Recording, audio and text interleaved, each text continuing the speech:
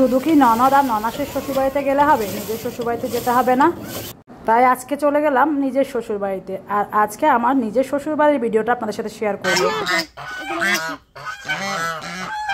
শ্বশুরবাড়িতে বউ এসেছে, তাই তার জন্য বড় বড় কাবাব বানিয়ে রেডি করে রেখেছে শ্বশুরবাড়ির মানুষ। আসসালামু আলাইকুম। 2-3 দিন হয়ে গিয়েছে গ্রামের বাড়িতে এসেছি, এখনও নিজের শ্বশুরবাড়িতে যাওয়া হয়নি। কালকে আমি চট্টগ্রাম ব্যাক করব, যার কারণে আজকে ভাবলাম আমার শ্বশুরবাড়ির মানুষগুলোর সাথে দেখা করে আসি। এখন যেহেতু শীতকাল, জমি জমা সব শুকিয়ে আছে, তাই জমির মাঝখান দিয়ে চলে যাচ্ছি শ্বশুরবাড়িতে। রাস্তা দিয়ে কষ্ট করে যাওয়ার কষ্টটা আর করছি না। যাওয়ার পথে সুন্দর সুন্দর টমেটো ক্ষেত, তারপরে শশা ক্ষেত, এগুলো দেখে মিস করতে একদমই ইচ্ছে করছে না। যাওয়ার পথে দেখছি একজন ভাইয়া তার জমি থেকে ক্ষীরা তুলছে, তো বললাম যে আমাদেরকে একটু ভিডিও করার সুযোগ করে দেন। তো তাই করে দিল, আমাদেরকে উনি নিজে গাছ থেকে ছিঁড়ে কয়েকটা ক্ষীরা খেতে দিলেন, একদম ফ্রেশ তরতাজা। আর এগুলো খেতে কী যে মজা, ক্ষেত থেকে তুলে ধুয়ে সাথে সাথে, মানে যারা খেয়েছেন বা খাচ্ছেন তারাই বলতে পারবেন। উনি খুব মজার মানুষ, মজা করছিলেন আমাদেরকে এই ক্ষীরা ছিঁড়ে দেওয়ার সময়। আমি শুধু বলেছিলাম আমাকে একটা ক্ষীরা ছিঁড়ে দেখালেই হবে, কিন্তু না, উনি, আমরা 3 জন ছিলাম, সবাইকে একটা একটা করে ছিঁড়ে দিয়েছে। বলে যে আপনাকে শুধু দিলে হবে, বাকি যেগুলো সাথে আছে তাদেরকে না দিলে তো আবার আমার নামে বদনাম করবে। জমির এক পাশে গাছগুলো বড় বড় হয়ে গিয়েছে, আর এক পাশেগুলো ছোট। যেতে যেতে এখানে আমি লজ্জাবতী গাছ দেখলাম, সেগুলো একটু হাত দিয়ে এভাবে নেড়ে দিলে কিন্তু বন্ধ হয়ে যায় পাতাগুলো। কে কে জানেন বলেন তো?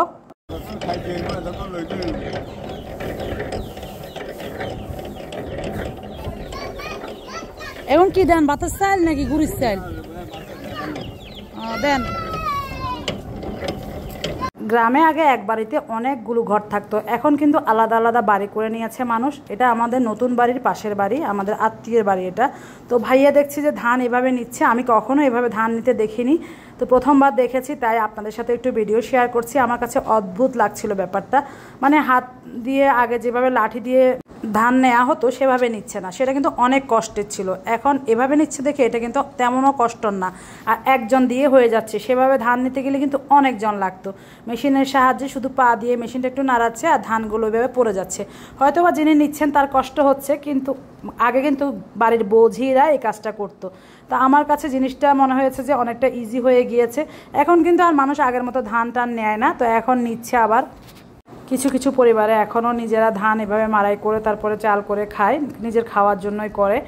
আর এইটা হচ্ছে আমার শ্বশুরের পুরান বাড়ি, সেখানে চলে এসেছি। সেখানে আমাদের থাকার কোনো পরিবেশ নেই, ঘরও নেই, জাস্ট বাড়িটাই আছে। তো এসে দেখলাম যে এখানে একজনের রাজহাঁস।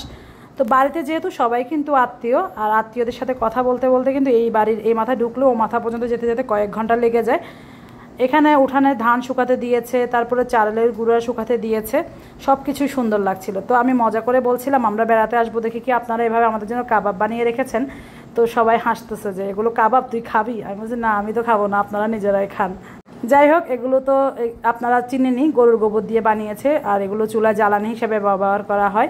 এটা একটা বড়ই গাছ, এই গাছটা নাকি জারিফ আফিফের বাবা ছোটবেলায় লাগিয়েছে। সেই ছোট্টবেলার গাছটা এখনও আছে, আর প্রচুর বড়ই ধরেছে। রোদের কারণে আমি বড়ইগুলো দেখতে পাচ্ছি না। আমরা কিন্তু সিজনে কখনো যেতেও পারি না, আর গাছ থেকে পেরে বড়ইও খেতে পারি না। জানি না এবারও খেতে পারবো কিনা, এখনও ছোট ছোট।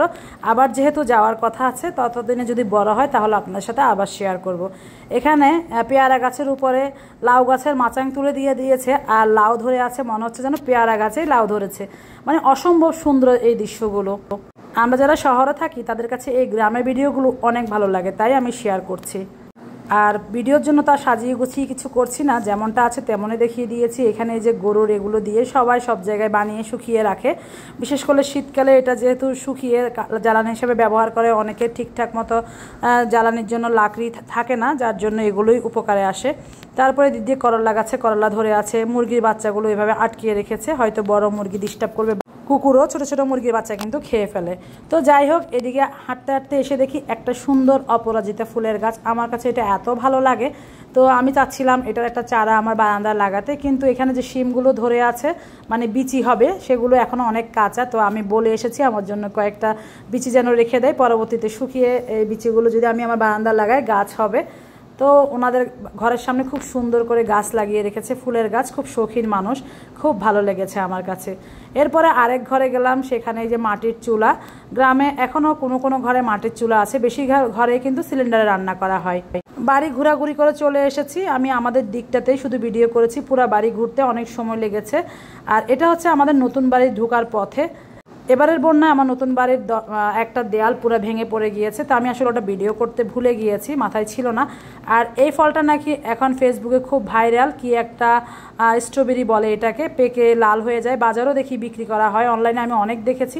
তো এটা দেখে আমাদের নতুন বাড়িতে প্রচুর গাছ হয়ে আছে এই বন্যার পরে। তো এগুলো এখনও কাঁচা, আর আমার ননদ আমাকে খুলে দেখাচ্ছে, বলে ভাবি এটা তো অনলাইনে অনেক ভাইরাল, আপনিও দেখান, আপনার ভিডিও ভাইরাল হয়ে যাবে। আসে না রে ভাই, আমার ভিডিও ভাইরাল হবে না, তাও তুমি দেখাও। তো দেখিয়ে দিল এই যে অনেকগুলো গাছ হয়ে আছে। আর এটা হচ্ছে পরের দিন আমি চলে যাচ্ছি চট্টগ্রামের উদ্দেশ্যে। এবারে বাড়িতে যে 3 দিন ছিলাম, খুব সুন্দর একটা সময় কেটেছে, অসম্ভব ভালো লেগেছে, না খুব বেশি ঠান্ডা না খুব বেশি গরম। তবে এত বেশি ভালো আমার কাছে গ্রামে অনেক বছর লাগেনি, বা অনেক বছর এত সুন্দর সময় কাটায়নি। 2 ননদ নন্নাসের সাথে খুব ভালো একটা সময় কাটিয়ে এখন চলে যাচ্ছি বাবার বাড়িতে। সেখানে 1 দিন বা 2 দিন থেকে চলে যাব আবার ইনশাআল্লাহ কক্সবাজার, কারণ ছেলেদের তো মাদ্রাসা খুলে যাবে, চলে যেতেই হবে। বেড়ানোর সময়টা অনেক দ্রুত চলে যায়। এখানে হচ্ছে আমাদের বাড়ির পুকুরের পাশে আমি সিএনজি দাঁড়িয়ে একটু অপেক্ষা করছি, আমার ছেলেরা তার দাদা দাদির কবর জিয়ারত করছিল, তো আমি সিএনজি সামনে নিয়ে গিয়ে দাঁড় করিয়ে রেখেছি। আর এখন আমরা চলে যাচ্ছি। কে কে এবছর গ্রামের বাড়িতে বেড়াতে গিয়েছেন অবশ্যই আমার কমেন্টে জানিয়ে যাবেন। আজকে কে কোথা থেকে আমার ভিডিওটা দেখছেন কমেন্টে জানাতে একদমই ভুলবেন না। এখানে আরও একটা সুন্দর জিনিস দেখাচ্ছি, আমাদের বাড়ির ঠিক সামনে একটা মসজিদ হচ্ছে, আল্লাহর ঘরের বাড়ির সামনে থাকবে, সবাই প্রত্যেক ওয়াক্ত নামাজ মসজিদে গিয়ে পড়তে পারবে, এর থেকে আনন্দের আর কি আছে। তো আজকে আমি বিদায় নিচ্ছি, সবাই ভালো থাকবেন, সুস্থ থাকবেন, দেখা হবে আবারও, সেই পর্যন্ত আল্লাহ হাফেজ, আসসালামু আলাইকুম।